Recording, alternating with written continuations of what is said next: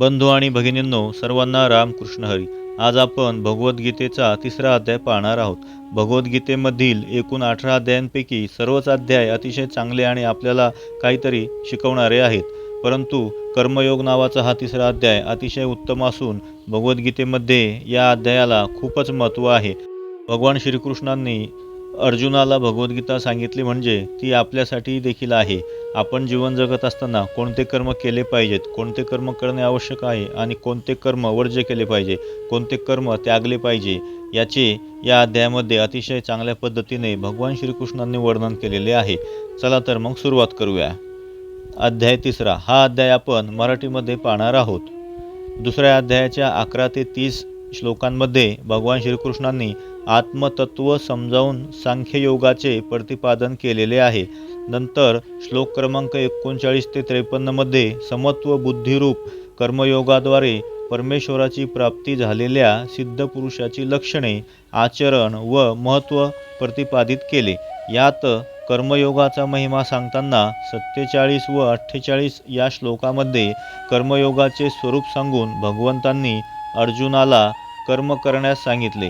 49व्या श्लोकात समत्व बुद्धिरूप कर्मयोगापेक्षा सकाम कर्म अत्यंत कनिष्ठ सांगितलेले आहे.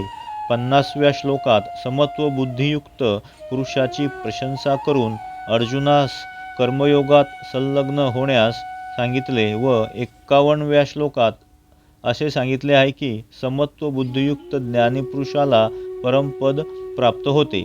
हा प्रसंग ऐकून अर्जुन योग्य निर्णय घेऊ शकले नाहीत, म्हणून भगवंताला त्याविषयी आणखी स्पष्टीकरण करण्यासाठी व निश्चित स्वकल्याण जाणून घेण्यासाठी अर्जुन भगवान श्रीकृष्णांना या अध्यायामध्ये विचारतात. आता आपण 3रा अध्याय पाहूया.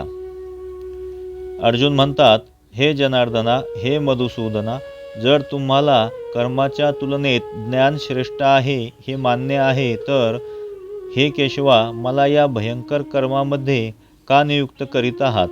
तुम्ही मिश्रित वाक्य बोलून माझ्या बुद्धीला मोहित करीत आहात. म्हणून अशी एक गोष्ट निश्चितपणे मला सांगा की ज्यामुळे माझे कल्याण होईल. श्लोक क्रमांक 3. भगवान श्रीकृष्ण म्हणाले, हे निष्पाप अर्जुना, इहलोकी 2 प्रकारची निष्ठा मी यापूर्वी सांगितलेली आहे. त्यापैकी सांख्ययोगियांची निष्ठा ज्ञानयोगाद्वारे आणि योगियांची निष्ठा कर्मयोगाद्वारे होते. मनुष्य न कर्माचा आरंभ केल्याशिवाय निष्कर्माला म्हणजेच योगनिष्ठेला प्राप्त होतो आणि न कर्माच्या केवळ त्यागाने सिद्धी म्हणजेच सांख्यनिष्ठेला प्राप्त होतो. श्लोक क्रमांक 5. निसंशय कोणताही मनुष्य कोणत्याही काळी कर्म केल्याशिवाय क्षणभरही राहू शकत नाही, कारण संपूर्ण मनुष्य समुदाय प्रकृतीनिर्मित गुणांद्वारे प्राप्त झालेले कर्म करण्यासाठी बांधला गेलेला असतो. जो मूर्ख बुद्धीचा मनुष्य हठपूर्वक वरवर समस्त इंद्रियांना ताब्यात ठेवून मनातून त्या इंद्रियांच्या विषयांचे चिंतन करीत असतो त्याला मिथ्याचारी अर्थात ढोंगी म्हटले जाते. परंतु हे अर्जुना, जो मनुष्य मनाद्वारे इंद्रियांना ताब्यात ठेवून अनासक्त होऊन समस्त इंद्रियांद्वारे कर्मयोगाचे आचरण करण्यास आरंभ करतो तोच श्रेष्ठ आहे. तू शास्त्रविहित कर्तव्य कर्म कर, कारण कर्म न करण्यापेक्षा कर्म करणे श्रेष्ठ आहे आणि कर्म न केल्याने तुझा शरीर निर्वाहसुद्धा सिद्ध होणार नाही. यज्ञाच्या निमित्ताने केल्या जाणाऱ्या कर्माव्यतिरिक्त दुसऱ्या कर्मांमध्ये कार्यरत होणाराच हा मनुष्य कर्मांनी बांधला जातो. म्हणून हे अर्जुना, तू आसक्तीरहित होऊन त्या यज्ञाच्या निमित्तानेच चांगल्या प्रकारे कर्तव्य कर्म कर. ब्रह्मदेवाने कल्पाच्या आरंभी यज्ञासहित सृष्टीची रचना करून प्रजाजनांना सांगितले की तुम्हा लोकांची या यज्ञाद्वारे वृद्धी हो आणि हा यज्ञ तुम्हा लोकांना इच्छित सुख प्रदान करणारा हो. तसेच तुम्ही या यज्ञाद्वारे देवांना संतुष्ट करा आणि ते देव तुम्हा लोकांना संतुष्ट करतील. अशा प्रकारे निस्वार्थ भावाने एकमेकांना उन्नत करून तुमचे परम कल्याण होईल. यज्ञाद्वारे संतुष्ट झालेले देव तुम्हाला काहीही न मागता इच्छित सुख भोग देतील. त्यांनी दिलेल्या भोगांना जो पुरुष त्यांना न देताच उपभोगतो तो खरोखरच चोरच आहे. श्लोक क्रमांक 13. यज्ञातून शिल्लक राहिलेले अन्न खाणारे श्रेष्ठ पुरुष सर्व पापांमधून मुक्त होतात आणि जे पापी लोक स्वतःच्या शरीराचे पोषण करण्यासाठीच अन्न शिजवितात ते तर पापच खातात. सर्व प्राणी अन्नापासून उत्पन्न होतात. अन्नाची उत्पत्ती पावसापासून होते. पाऊस यज्ञामुळे पडतो आणि यज्ञ विहित कर्मांपासून उत्पन्न होणारा आहे. कर्मसमुदायास तू वेदांपासून उत्पन्न होणारा आणि वेद अविनाशी परमात्म्यापासून उत्पन्न होणारे समज. यातून सिद्ध होते की सर्वव्यापी परम अक्षर परमात्मा सदैव यज्ञामध्ये प्रतिष्ठित असतो. श्लोक क्रमांक 16. हे पार्था, जो पुरुष या लोकी अशा प्रकारे परंपरेने प्रचलित असणाऱ्या सृष्टीचक्राला अनुसरून वागत नाही, अर्थात शास्त्रानुसार कर्मे करीत नाही, तो इंद्रिय सुखात निमग्न पापी पुरुष व्यर्थच जीवन जगतो. परंतु जो पुरुष आत्म्यात रमणारा आणि आत्म्यात तृप्त किंवा आत्म्यातच संतुष्ट आहे त्याच्यासाठी कोणतेही कर्तव्य राहत नाही. त्या महापुरुषाचे या विश्वात कर्म करण्याचेही प्रयोजन नसते आणि कर्म न करण्याचेही प्रयोजन नसते. तसेच सर्व प्राणीमात्राशी यांचा किंचितही स्वार्थाचा संबंध नसतो. म्हणून तू निरंतर आसक्तीरहित होऊन सतत चांगल्या प्रकारे कर्तव्य कर्म करीत राहा. कारण अनासक्त पुरुषच कर्तव्य कर्म करीत असतो.